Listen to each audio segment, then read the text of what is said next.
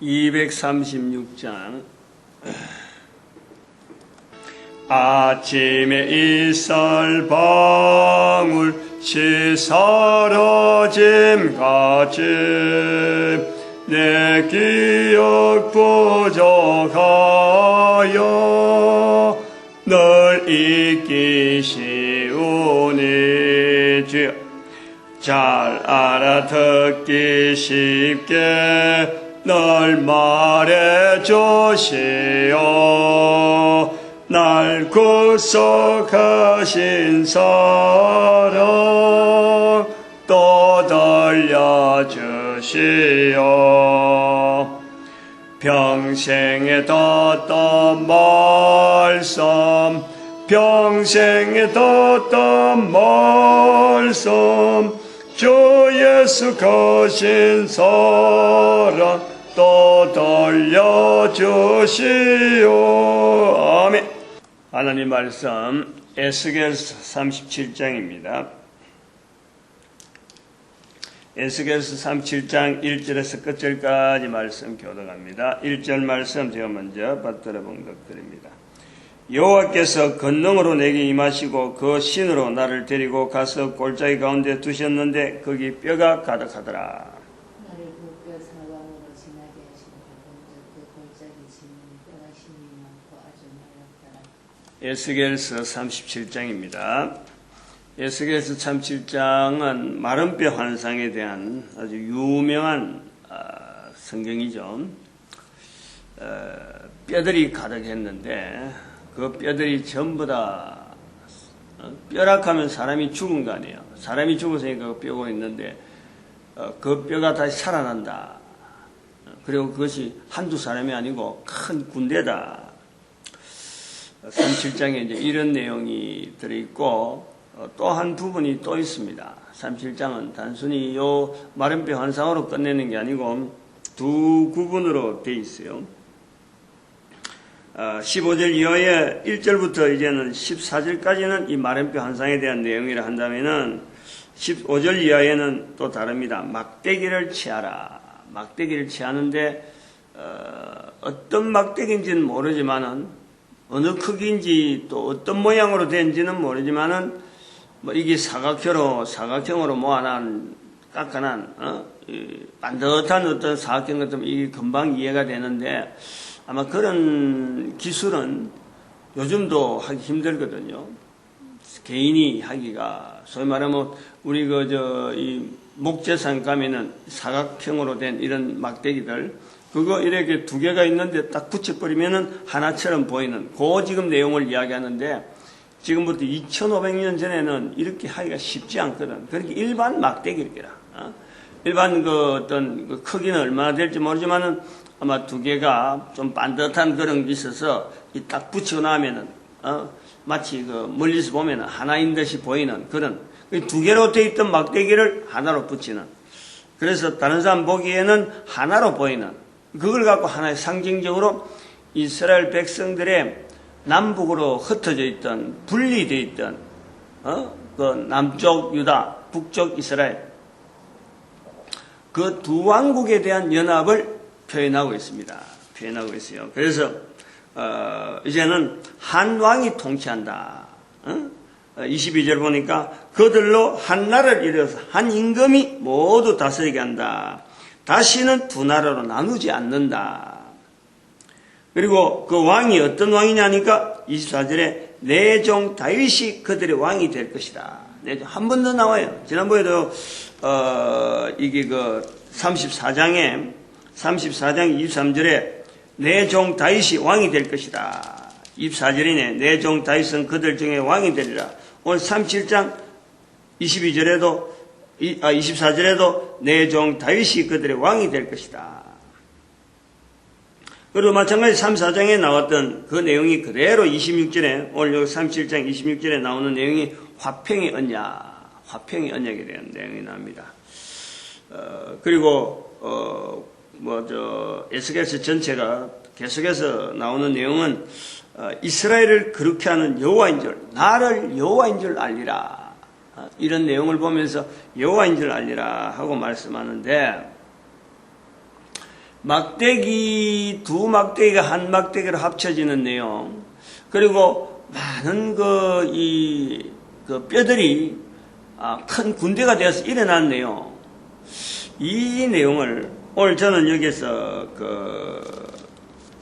뭐라고 했냐, 17절에 있는 내용, 그 막대기들이 서로 연합하여 하나가 되게 하라. 그 막대기들을 서로 연합하여 하나가 되게 하라. 37장에 있는 내용을 17절에 있는 표현을 가지고 두 뼈들에 대한 거나 막대기에 대한 거나 이 두 개를 하나로 보려고 하는 거예요. 하나로. 한번 생각을 해볼 필요가 있어요. 지금 이 두 내용에 대한 내용을 늘 우리가 염두에 둬야 된다는 것이, 에스겔이 바벨론의 포로로 가 있습니다. 그리고 33장에서 포로로 가 있는 이 에스겔은 1차 포로는 다니엘이고, 그 속에서 우리가 성경에 남아있는 사람은 다니엘이고, 2차 포로가 에스겔이에요. 3차 포로는 에스겔서 33장에 있듯이 멸망이라, 멸망. 33장 우리가 보면은 20절인가 보면은 한 사람이 오는데 그 사람이 이스라엘이 멸망이다 하고 소식을 전해준 거라. 이 내용을 우리 염두에 두면은 33장 이후로 이스라엘 백성들 회복 내용이 나와요.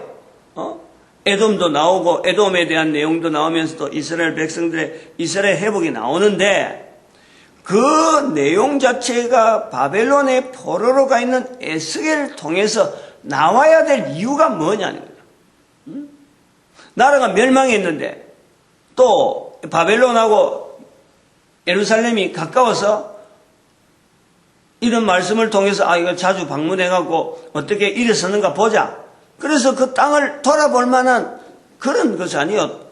얼마나 먼지 몰라요. 얼마나 먼지. 바벨론이라는 하는 나라가, 그러고 또 강대국인데, 그거 잡혀가지고 사로잡혀 포로돼서 잡혀간 이 사람들이 다시 예루살렘에 돌아온다는 것 자체는, 이 사람들이 돌아온다는 것 자체는 이건 여망이 없는 게라니까. 이사야나 에레미야를 통해서 늘 예언됐지만 그것을 70년을 살아라 했거든.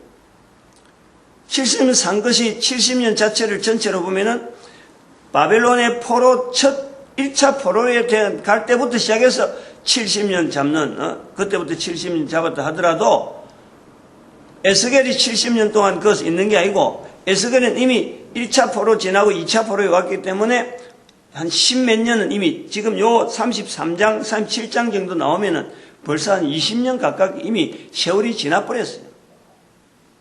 그러면 50년 살면은 이제는 여기서,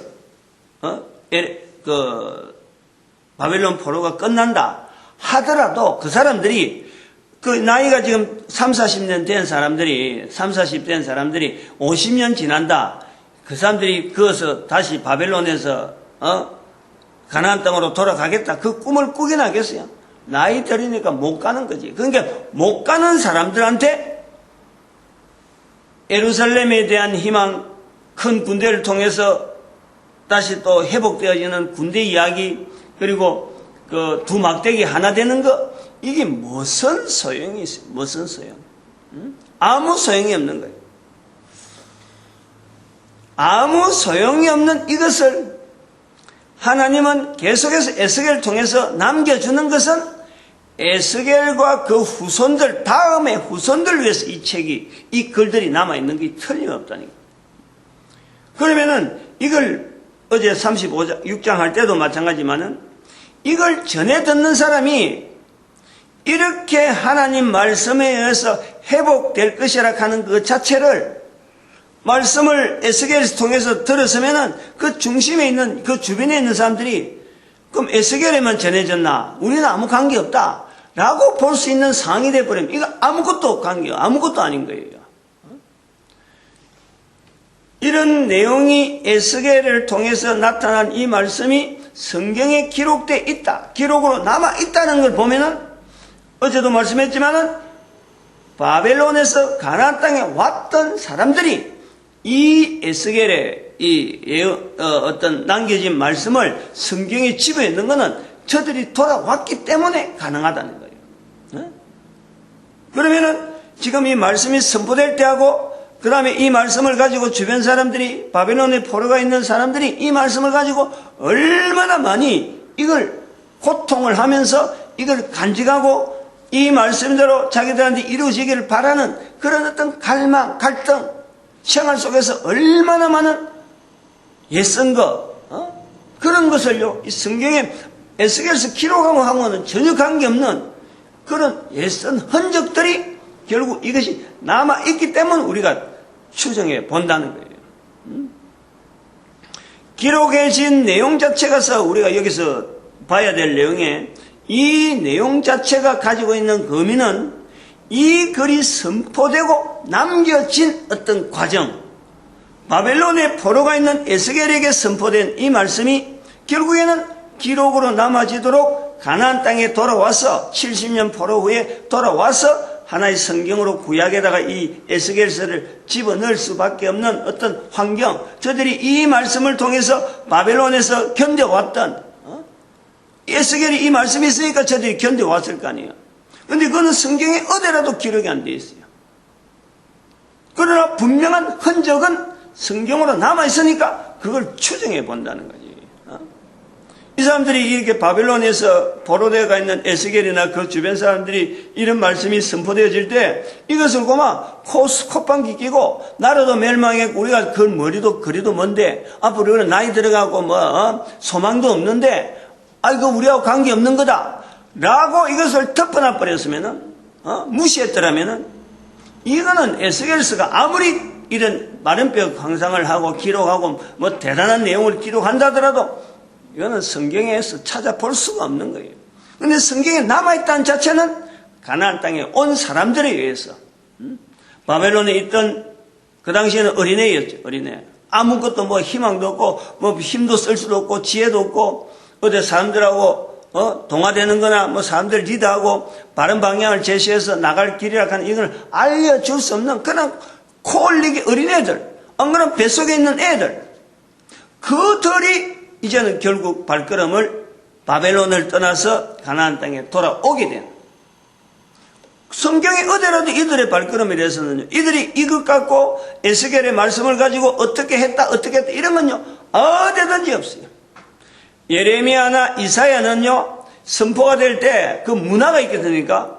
예레미야 선포된 거 이사야 선포된 내용에 대해서 이스라엘 백성들이 반응하는 반응의 내용이 나와요. 에스겔은 그게 없어요. 그 왜? 바벨론이란 문화 속에서는 이 말씀 자체를 가지고 고민해야 될 어떤 환경이 없어요. 이 말씀을 가지고 우리가 어떻게 해봤다, 그게 뭐 서기관이 나왔다, 왕이 어떻게 됐다, 제사장이 어떻다, 이런 분위기는 이사야나 예레미야에서 나오는 그런 분위기죠. 그런데 에스겔에서는 그 자체가 없잖아요. 그러므로 에스겔서가 가지고 있는 이 어떤 독특한 환경, 그리고 이거 성경으로 남아있다 하는 이 환경은요, 구약 성경 전체가 여기에 녹아있다 보는 거예요. 내용 자체가.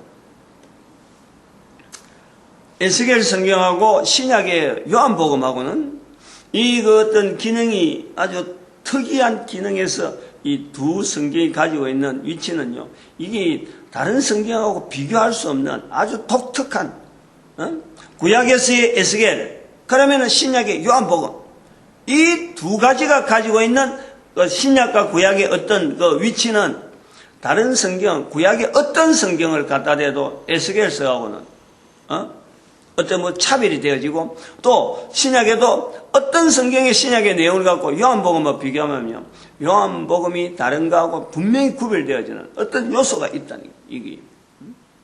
그래서 제가 이거 에스겔서 처음 할 때부터 이 요한복음에 대한 내용을 같이 언급을 꾸준히 해왔는데, 근데 이 내용이 지금 마른뼈 환상에 대한 내용을 이제부터 좀 본격적으로 이제 들어가게 되는데, 이 마른뼈 환상에 대한 이 내용을 기록은 요래되어 있는데, 이것을 읽고 이것을 적용하는 시기, 이것이 보편적으로 읽혀지는 시대는 1517년 이후에 가능한 거예요. 그전엔 이런 게 있어도 몇몇 사람이 읽고 이스라엘에 이런 흔적이 바벨론에 갔어서 이 에스겔을 통해서 이런 게 왔구나 하는 거 읽는 사람 개인의 문제였어요. 그런데 1517년 이후로 특별히 1600 그부터 한 100년 지나서 1611년 그 킹 제임스 버전 성경이 나오고 나서 이 성경을 통해서 막 각 나라에 무역하는 이 영국에 의해서 이 영어 성경이 언어 훈련용으로 영어 언어 훈련용으로 이게 하나 교재로서 보급되는 것이 바로 성경이었고 영어 성경이었는데 그 성경이 보급되면서 이제는 하나의 선교라고 하는 이런 구조로 교회가 곳곳에 세워지는 역사가 그게 19세기에 나타나요. 19세기. 그럼 정확하게 이야기하면 19세기 이후로 이렇게 돼요. 지금 우리가 21세기라 가면 불과 200년, 우리나라 같은 경우는 지금 한 150년 정도, 200년, 지금부터 200년 어간에 이 성경을 통해서 각 나라마다 이것을 받아들이고 이것을 읽혀지고 그때서 비로소 성경에 있는 내용을 현재적으로 적용해보는 성경에 있는 기록들을, 신구약에 있는 기록들을 불과 200년 전에 현재적인 상황에 적용해보는 이런 설교라고 하는 이런 패턴이요. 그때부터 나오는 거예요. 그때부터. 그걸 우리 구조를 잘 염두에 둬야 돼요. 그리고 설교를 통해서 나타나면서 성경에 있는 내용이 비교되어지면서 비로소 교회라고 하는 이 걸음을, 교회의 흐름, 목사를 공부시키고 목사가 신학교 가고 하는 이런 제도가 나오면서 이제는 교회가 걸어왔던 걸음에 대한 역사를 차근차근하게 이제는 글로서 남겨두는 이런 흐름이 나오는 거예요. 교회가 어느 시대에 어디가 세워졌다, 우리나라의 소래가 처음으로 세워졌다 하고 이런 한국 교회사, 또 세계 교회사, 이런 교회사가요, 글로서 남겨지는 거예요. 성경 아닌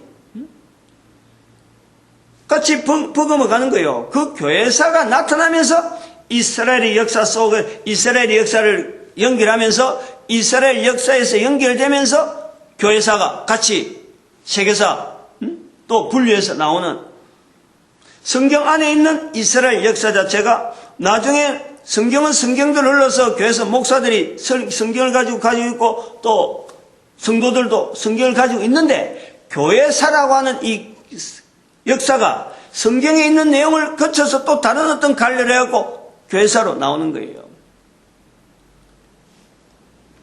교회사 속에서 또 인류사라 그래가지고 세계사라 그러는 역사가 또 관리를 해서 교회를 아닌 다른 시점으로 해갖고 또 시각을 가지고 흘러간 역사가 있는 거예요. 일반 사람들은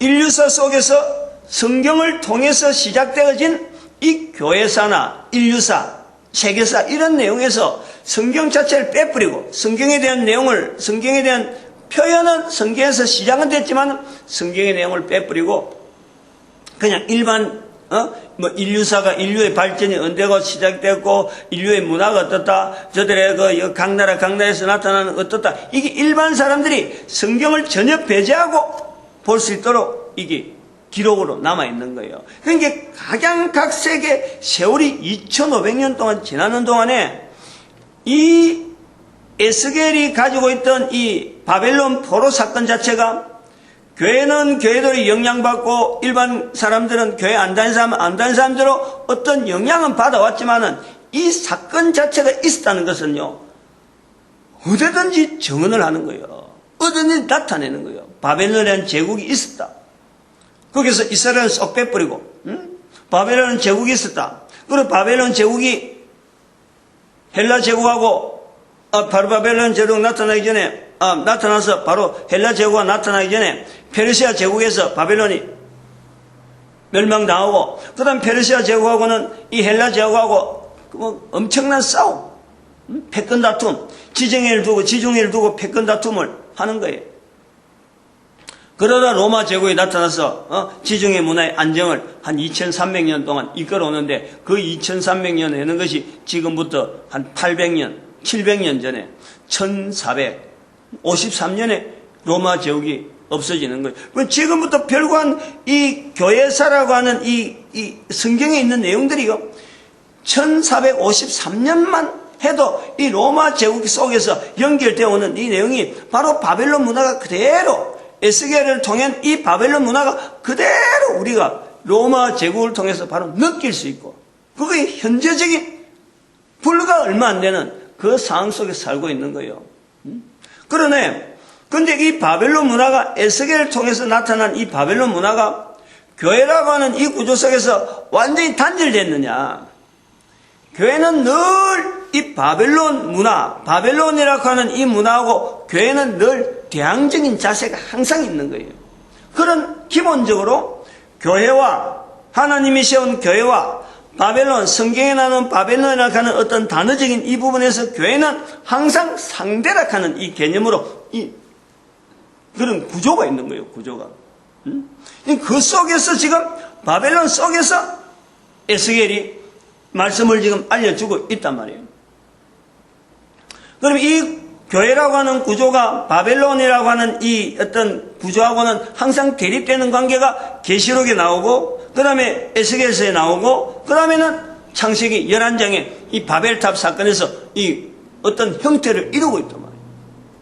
그리고 바벨론이라고 하는 이 구조를 항상 교회는 대적을 하고 상대를 해야 되는데 그 속에 바벨론이라는 속에 지금 에스겔이 있다. 또 다시 말하면 이것은 다르게 보면은 예수님이 계실 때 당시가 바벨론이 없는 것 해도 바벨론에 의해서 형성되어진 로마 제국 안에 예수님께서 계신다는 거예요.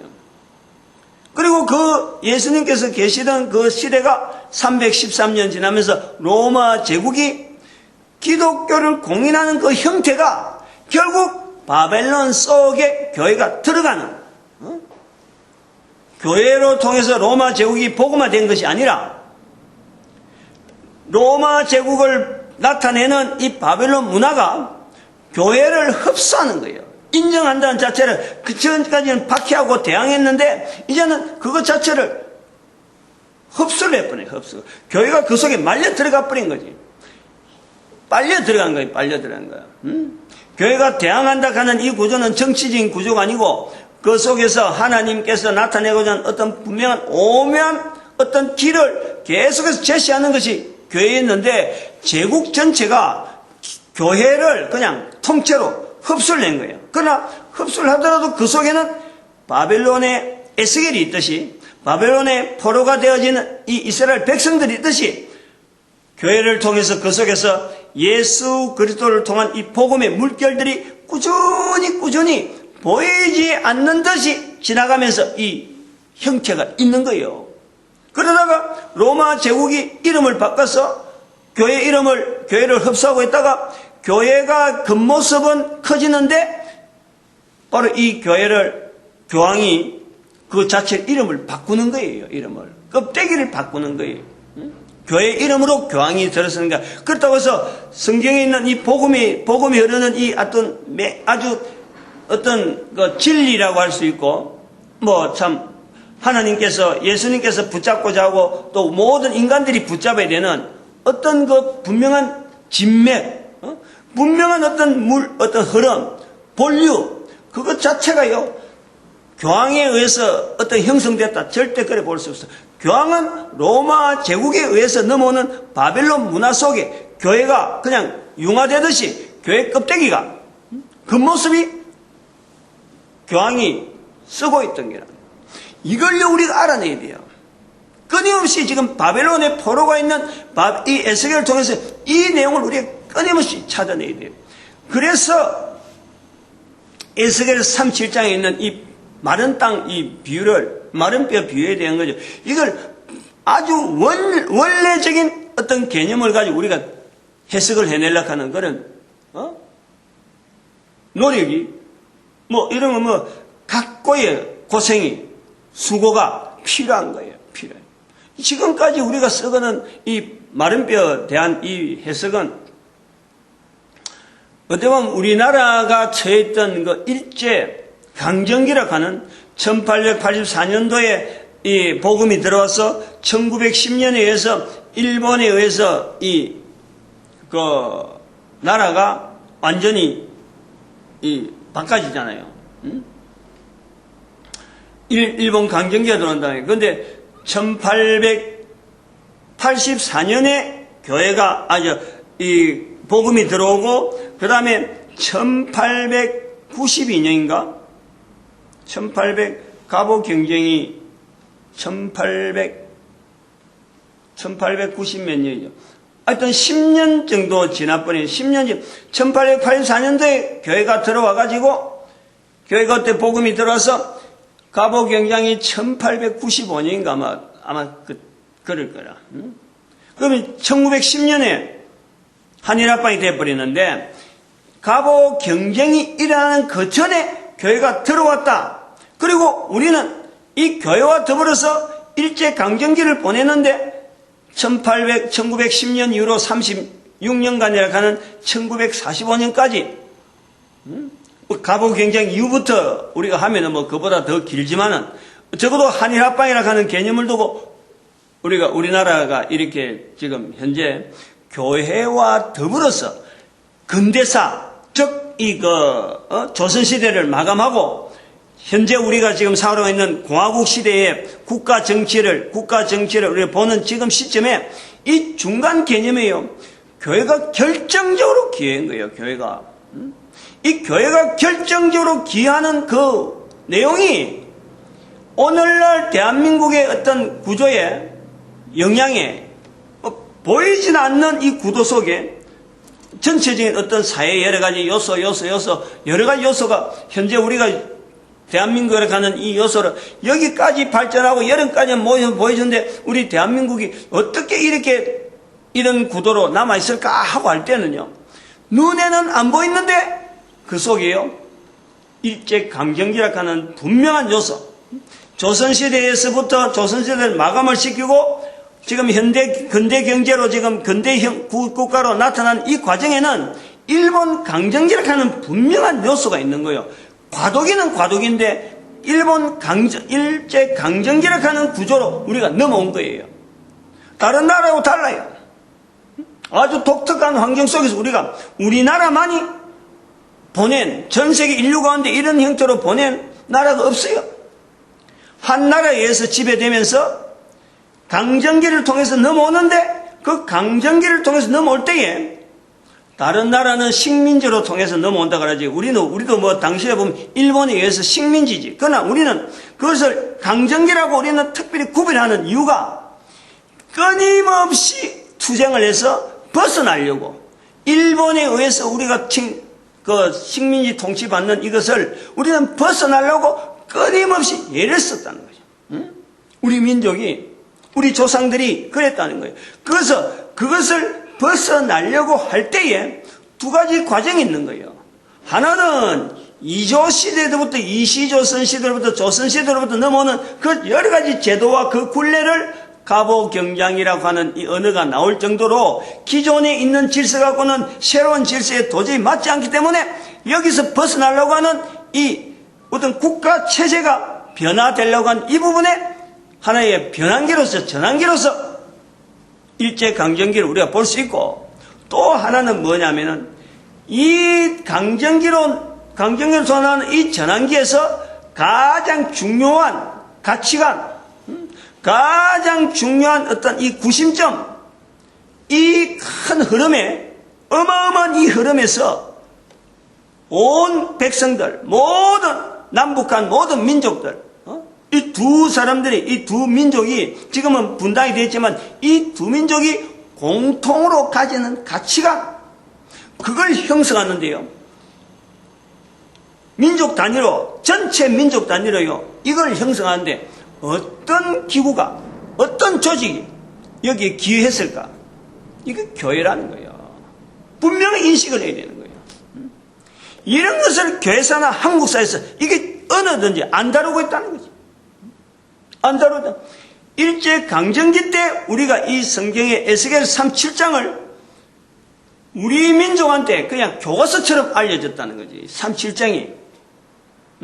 이 큰 군대라든지 마른뼈 이 광장은, 이 내용은 일제강점기를 지나는 교회가 일제에서 해방되어질 우리 민족의 모습으로서 이 내용이 항상 그야말로 성경 중에 성경으로 우리의 해방과 우리가 앞으로 어떤 민족이 될 것이라, 어떤 국가가 될 것이다, 이런 비전을 에스겔서 37장에서 보여줬다. 이거 우리 역사하고 이걸 빼면 안 되는 거예요. 다른 민족에는 같은 성경을 두고 있어도 다른 민족이 다른 국가에는 영어 성경이 가고 킹제임스 버전의 성경이 막 돌아다니고 하고 선교사가 가서 각 나라마다 하더라도 그 나라 백성에게는 이 마른 뼈, 그거는요 우리처럼 그렇게 강조가 안 됐어요. 요거를요 지금 있는 이 국가에 지금 현재 운영하고 있는 사람이라든지 현재 국가에서 학교에서 공부하고 있는 사람들이, 젊은 사람들이 국가와 관계돼 가지고 이 국가가 앞으로 장래에 어떻게 될 것인가 하고 비전을 지금 제시하는데, 나타내려고 하는데, 지금은요 이런 강렬한 국민들에 대해서 국민들 전체를 하나로, 하나의 개념을 가지고 우리가 통일된다, 우리가 어떻게 통일된다, 어떤 위치다, 이런 것을 통일이라 하는지 해방이라 해. 그 당시에 일본 강점기라 하는 분명한 대상을 두고 앞으로 우리 민족이 해방될 것이고 우리 민족의 비전을 챙겨주고 우리 민족이 해야 될 일을 이렇게 참 두주묵 볼건지고 마음속에 각오를 하고, 이거 아녀자든지 노인이든지 젊은이든지 관계없어요. 다 똑같이 이 말씀 앞에서 전부 다가 한 마음이 될 수 있도록 만드는 것은 교회라는 거예요. 이걸 무시하면 안 돼요. 이걸 우리 대한민국의 남북한이, 북한은 그것 갖고 지금 김일성 우상을 만들어놨고 지금 어젯밤에 나자 해버리고, 남한은 지금 경제 해가지고 전부 다 사람들을 말이죠. 정신없이 자기 걸음에서 자기를 위주로 해가지고 각계 흩어져 버리고, 그 감 지르고 자기가 많이 배운 거 있으면 배운 것 갖고 자랑하는, 그거는 큰 소리 치지만 이 민족 전체가 그런 단일을, 한민족 단일을 놔놓고 민족의 장래에 대해서 우리가 지금 비전을 못 보여주고 있는데 어떤 비전을 보여줄까, 이런 고민을 안 하는 거예요. 안 한다는 것은 지난 시절 동안에 우리 민족이 걸어왔던 한 단위로서 적어도 한반도로 갈 수 있는 이것은요 동일한 가치관을, 동일하게 민족 전체가 한 방향을 가지고 나아갈 수 있도록 이렇게 만들어 왔던 하나의 큰 구조, 이 에스겔 37장에 대한 역사를요 우리 모든 사람들이 알아야 되는 거예요. 다른 나라에 있지 않던 우리의 특별한 환경을 통해서 이조 시대라고 하는 어떤 분명한 역사가 있고 수천 년 동안 넘어오던 우리 민족의 역사의 한 단락을 끄면서 새로운 경제 구조로 넘어가는 이 구도 속에 한 100년도 안 되는, 그 당시 한 36년, 가보경기장까지 치면은 한 20년 더 옆에 한 50년, 전체 50년 정도의 그게 반년이죠, 반년. 반만 년의 역사를, 반년의, 50년의 역사 속에서 이 바꾸는 과정이에요. 이 성경이라는 구조, 교회라 하는 이 위치, 그 당시 온 민족이 일본 강경기를 통해서 대항하려고 하는 이런 어떤 특별한 구조로 가지고 있는 이 삼박자 구조가요, 전 세계 어디에도 없었던 거예요. 그 힘으로 지금 우리가, 나라 전체가, 국민들 전체가 하나로 하자, 이거 하자 하면은, 전부 다 눈을 그게 신경을 쓰고 모으고, 요 조그마한 거 있지만은 요걸 갖고 세월호 참사가 났다. 그러면 온 민족이 자기가 마치 자기처럼 아파하고 이런 동질성으로 되어지는 데는 일본 강점기를 통해서 나타나는 이 교회를 통해서 나타나는 온 사람들을 하나의 가치를 몰아넣는, 하나의 가치를 인도하던 그 시대에 대한 그걸요, 그 흔적들을 우리 인식을 해야 돼요. 인정을 해야 돼요. 그러므로 이 성경 자체는 기록은 유대인으로, 기록은 바벨론 포로에 대해서 에스겔을 통해서 나타났지만 이거를 품고 이것을 간직하고 어느 누가 선포를 해도요, 이것이 오늘날 성경 말씀이 우리 한국 사회에서 교회 다니면서 하면 자꾸 누구든지 성경 말씀하고 말씀하는데 이래 하는 것은 우리 민족의 흔적이 있으니까 그런 거 선포가 됐는데 그 선포대로 과연 우리가 군대로서 지금 전 세계 가운데 지금 떵떵거리는 이런 결과가 난 거예요. 과거에 선포하던 내용하고 지금하고 만약 안 맞았다 그러면요, 성경은 벌써부터 누구나 인정하지 않는 그런 책이 된다니까. 근데 그때는 해방될 것도 생각도 안 하고 우리 민족이 이렇게 크게 될 것 생각도 안 하고 그냥 선포만 한 거 아니에요. 성경에 기록된 내용을 당시의 상황에 맞도록 선포를 한 거예요. 그런데 그것이 지금 그대로 응답되어지니까 성경이 오늘날 대한민국 목사라 그러면요. 성도로 마찬가지예요. 뭘 좀 신앙생활 한다 하면 성경 공부하자. 성경 말씀 좀 제대로 알자. 라고 하는 전반적으로 성경에 대한 인정을 다 하는 거예요. 그렇다면 우리가 이 성경에 통해서 열방의 선지자라고 하는 에레미야서 1장 5절에 있는 말씀을 가지고 열방의 선지자라고 지금 선포하는 이 내용을요, 이거를 예사로 들으면 안 된다는 거지. 응? 바벨론에는 이 에스겔에게 이 말씀이 선포될 때는 이들에게는 아무 가치도 없는 거예요. 그 자체만 볼 때는 이들이 할 수 있는 일이 없는 거예요. 그 기여할 내용이 없는 거예요. 이 말씀은 이들이 볼 때 보잘것없게 보고 도무지 소망 없어 보이는 그 갓난애, 이제 갓 결혼해갖고 그 뱃속에 아이가 있을지 없을지 하던 그 아이에게 이 말씀이 주요하게 들어가는 거예요. 그들이 이걸 성취할 수 있는 어떤 그들 나름대로의 당시에 볼 때 보이는데, 근데 이 나이 드는 사람이 한 40, 50 먹은 사람이 조그만 애한테 저들이 바로 우리에게 장래가 우리 미래가 저들에게 있다. 그래서 그들을 바라보면서 소망을, 우리 어린애를 바라보면서 소망을 가질 수 있는 환경이 안 되면은 이 말씀 자체는 아무 의미가 없는 거예요.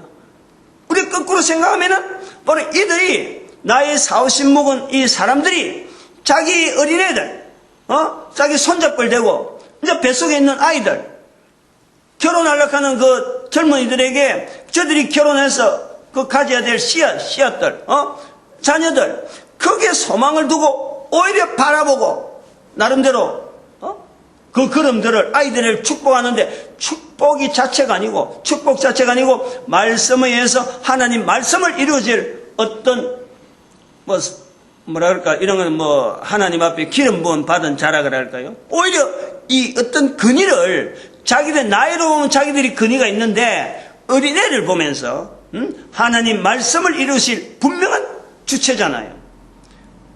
그들이 이런 마음을 가지고 애들을 바라보지 않았더라면 에스겔 성경이 없다는 거지. 요 시각을 가지고 우리가 이 성경을 에스겔서를 이거 해석해야 돼요. 그러므로 우리가 지금 우리 민족이 세월호 참사를 하고 지금 리본 달기라든 등 여러 가지 행사 위주로 나가는 거, 이거요 철저하게 이거 잘못된 거예요. 그저 행사 위주로 하는 거 단체, 자기들이 하는 단체에 대한 어떤 정당성, 그리고 국민들 동원시켜서 현재 정권하고 뭔가 힘겨루게 하려고 하는 이런 계산이요 누가 봐도 뻔한데 그런 거는 절대 안 돼요. 그런 거는 어울리지 않아요. 오히려 세월호 참사를 통해서 나타나는 그 부르짖음은 우리 민족이 지금 국가가 안타까워서 제가 어찌하여 죽고 자냐 그 부분에 5가지 설교에서 분명히 나왔지만은 교황이라는 세력 자체를 우리 민족이요 철저히 거부해야 한다니까.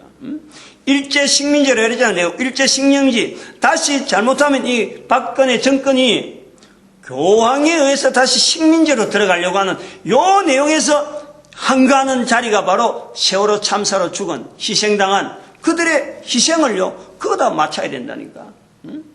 그게 해야 돼요.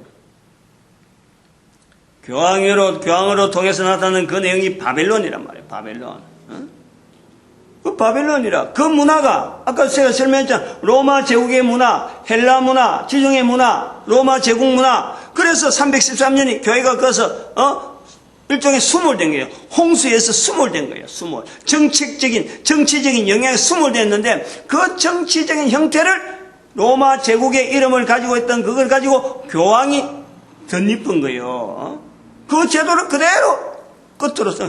서로마 제국이 멸망하면서 교황이 그때부터 나타나는 거다. 그래갖고 온 세계를 막 휘저어지고 1077년에 있는 그 카누사 굴욕이라고 하는 사건하고, 그 다음에 1916년에 십자군 전쟁 일으키면서 교황권이 아주 막 하늘을 찌를 듯하는, 그런 식으로 발전해 오다가 1945년에 국제연합이 결성되면서 로마 교황의 그 권위가요, 지금 땅에 떨어져 있거든. 이걸 회복하려고 그 반등할 수 있는 그 원동력을 어디 찾냐면 자기들이 보유하고 있는 그 돈, 어마어마하게 미국보다도 더 많이 금보유가 되어 있다. 금보유. 미국의 금보유 때문에 지금 전 세계 달러가 어느 정도 안정이 되어 있는데, 이게 미국의 달러를 붕괴시킬 수 있는 힘이요, 로마 교황청이 있다니까. 로마 교황청이. 이거를 모르잖아, 일반 사람들이. 교회 목사가 로마 교황을 바벨론이라고 하는 이 구조로 두고 있을 때에 이것이 접근이 가능하고, 또 경제 구조를 어느 정도 지금 돈에 대한 흐름을 분명히 알고, 그 속에 있는 유대인들의 흐름이 유대인들을 통해서 금융이 형성되었고, 이런 형성되어지면서 나오는 이 교황과의 오래된 갈등, 반모, 1916년에 교황위에서 십자군 전쟁에 했을 때 유대인들이 어떻게 당한 거, 이런 구조를 가지고 대한민국에 나오는 이 37장에, 에스겔 37장에 나오는 이 큰 구조, 그 다음에 그 두 막대기 가는 이런 것도요, 바로 이스라엘 백성들이 볼 때는 유대와 이스라엘 사람 남북에 평하지만요, 제가 볼 때는 이것 자체를 열방의 선지자가 해석하는 바로 두 막대기는 유대인들과 이 한반도, 이것 자체가 각각의 사명을 비로소 확인할 때 이 두 막대기가 합쳐지는 거예요. 제가 볼 때 그렇게 보는 거예요. 그래서 차라리 교황한테 손 벌리지 말고 이스라엘 백성들하고 이 유대 관계를, 이스라엘과 국제 관계를 좀 더 강화시켜야 돼. 우리가 지금 돈이 없어 쩔쩔 매는 기거든. 그 모습은 국가가 지금 이렇게 돼 있는 것 같아도요, 우리는 워낙 자본력이 약하고, 그 다음에 그 인구 한계가 제한되어 있고, 남북이 쪼개져 있기 때문에 여기 대해서요, 지금 국가 정권이 이끌어 나가게 해요, 역부족인 상황이 있다니까. 이런 내용이 있음에도 불구하고 여기 세월호 때문에 뭐 가함을 지르고 촛불 집회를 하고 국가 국론 자체를 분열시키는 보람도, 국가가 가야 될 근본적인 부분이요, 힘을 보탤 수 있는 부분이 뭔지 방향을 분명히 제시할 수 있는, 바른 방향을 제시할 수 있는 그런 제시들이 우리 국민들 스스로가 어찌할꼬 국가가 나아가는데 이렇게 약하고 힘이 드는데, 이런 세월호 참사를 통해서 우리가 어찌할꼬, 자기 스스로가, 국민들 개인 스스로가요, 정말 참 개인이 국가를 위해서 할 수 있는 일이 뭔지를 고민하는 자리, 그런 자리에서 세월호 참사를 봐야 돼. 상황 자체가 어느 정권이고 들었었다는, 어느 정권이 문제가 아니고 어느 정권이 들었더라도 우리 대한민국이라고 하는 이 대한민국은 하나님에 의해서 오래전부터 홍익이간의 단어를 가지고 전 세계 인류를 향해서 나타내야 될 분명한 사명, 오늘 여기 막대기가 있듯이 큰 군대를 이루었는데 아직 기짝을 찾지 못한 막대기, 한쪽에 있는 막대기란 말이에요. 한쪽에 있는 한반도가 떨어져 있고 이스라엘이 떨어져 있어요. 이스라엘도 봐봐요. 땅은 회복했다 하더라도 거기서 나오는 이미지가 전쟁이라, 전쟁. 모든 인류 속의 전쟁이라. 하나님께서 전쟁하라는 민족으로 하나님은 절대 성경을 기록하지 않았어요. 저들도 땅은 회복해놨지만 지금 정체성 때문에 혼란스럽다니까. 도대체 이런 땅을 회복해놔놓고 결과적으로 뭘 해라는 거예요? 이스라엘 백성들이 공고한 것은 바로 그 부분이에요. 우리는 사명을 두고 전 세계 인류를 향해서 나아갈 수 있는 열방의 선지자를 붙잡았다면 자기들은 열방의 선지자 뺏긴 거지. 우리한테 뺏긴 거지. 그거 뭐 싸워서 뭐 뺏긴 것이 아니고, 역사가, 저들이 가는 역사가, 적이 너무 많아. 교황이 바로 그들을 타겟들려고 지금 공격하고 있기 때문에. 제가 이런 걸 잠깐 해봤어요. 책으로 뭐 하고 설명만 하고 이래요. 그림을 한번 그려봤어. 내가 고등학교 때 화학을 했거든. 화학. 원소 그 분자 구조 속에는 보면 핵이 있단 말이에요. 핵 주변에 그 전자들이 이런 어떤 선의 원을 그리면서 이렇게 모아지고 있거든요. 그런 것을 생각하면서 우리 온 인류가 하나다. 요 구조가 있는 거예요. 온 인류가 하나다. 그리고 지금 이 전체가 지구를 중심해서 태양계라고 하는 은하수라고 하면서 태양계를 중심해서 하나의 그 은하수가 형성되어 있다. 그래서 그 생물체가 있는 것은 은하수가 수천 개, 수억 개가 이런 은하수가 있는데, 태양을 중심으로 해서 돌아다니는 이런 어떤 중심이 있는데, 그러나 그 많은 은하수 중에서 생물체가 있는 것은 지구 하나밖에 없어요. 지구 하나밖에 없다. 그러면 이게 어떤 중심적인 원리가 항상 있어요. 내 자신도 어떤 중심에 어떤 의해서 내가 움직이지만, 그래서 지금 현재 국가 단위가 국제연합을 통해서 국가 단위가 이렇게 나타나는데, 그것을 이런 내용을 하는 뼈, 힘줄, 살, 가죽, 생기, 여기 제가 지정의신에 나오는 4가지 원을 해가지고 뼈가 맨 안에 있고 힘줄, 살, 가죽, 생기, 지금 저 성경에 나오는 구조대로 이렇게 구분하면서 온 지금 인류가 은땅 언약자 1000년, 은국 언약교 1000년, 은삭 언약회 2000년, 그럼 부활통일 1000년 시대, 앞으로 되어지는 이런 시대를 해서 이 4개 구조를, 기간을 1000년, 1000년, 2000년, 지금 현재 앞으로 1000년, 이렇게 두고 있는 이 구조를 해서 각 나라의 그 어떤 위치를 해봤어요. 그래서 은땅 언약자 나오는 이것은 바로 핵이 되어지는 양자와 중성자로 안에 들어가면 또 구분되어지거든. 요게 두 짝이라는 거예요. 요게 두 짝. 그 이스라엘이 되겠죠. 은땅 언약자. 그 다음에 은국 언약교로 들어오는 요 1000년 시대에 들어오면은 두로, 바벨론, 애굽, 헬라. 요걸 우리가 1000년으로 보는 거예요. 그 시대. 그 다음에 은사 언약교로 들어오는 시대로 들어오면은 두로를 통해서 로마, 이슬람, 교황, 개신교, 그다음 프랑크 제국, 신선 로마 제국, 스페인, 영국. 이렇게 해서 8가지인가 이게 나올 거라요. 은사 언약계. 그 다음에 부활 통일 시대에 되어진 지금부터 이제 나오는 이 시대는, 두로, 로마로 연결되어지는 이 어떤 줄기에서 미국이라는 어떤 중심이 나오면서 미국을 통해서 이스라엘, 한국, 중국, 이란, 사우디아라비아, 소련, 바티칸시티 공화국, 국제연합, 브라질, 아프리카에 있어서 한 나라, 그 다음 인도, 터키, 필리핀, 베트남, 인도네시아. 이렇게 됐어요. 일본이 빠집니다. 일본은 대한민국 속에 들어가는 거예요. 제가 지금 구조를 일부러 그래. 생각이 안 나는데 일본을 연락하니 아무래도 일본은 못 들어가겠다 하는 게 들어가는 거예요. 이런 나라들이 앞으로 1000년 동안 전 인류를 하나로 이렇게 구심점으로 모으는데 어떤 기능들이 있지 않겠느냐. 그래 보고 있어. 결국에는 모든 인류가 공산이라는 우리가 나타내려고 하는 열방의 선지자 나타내는 이 공산을 통해서 모든 인류가 하나의 핵을 통해서 구성되어지는 어떤 이 구심점을 향해서 조성되어지는 그런 국가 단위로 운영이 될 것이다. 거기에서 우리 한반도가 나타내고자 하는 이 11조 제도, 성경에 있는 내용이니까 그걸 갖고 하면요 틀림없어요.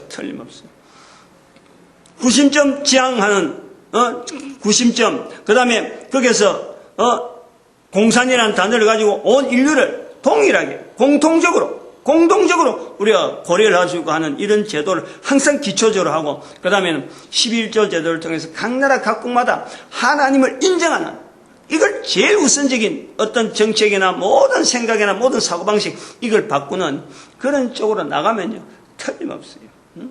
그래서 큰 군대라든지 막대기가 2개가 하나로 붙는 이런 구조가요, 그때서 비로소 이스라엘이 위로받는 거예요. 우리 때문에, 한반도 때문에 이스라엘에 자기들이 잃어버린 그 사명을 우리가 대신해서 보충해서 해주기 때문에 이스라엘이 위로받는다. 오늘도 우리 한 사람 전도자 만드신 하나님께 감사하고, 그리고 모든 교회가 하나 되어야 되고, 그리고 우리 국민들이 전 세계 인류 가운데 전도 국민으로 쓰임받기를 축복하는 시간 주여 삼창합니다. 주여!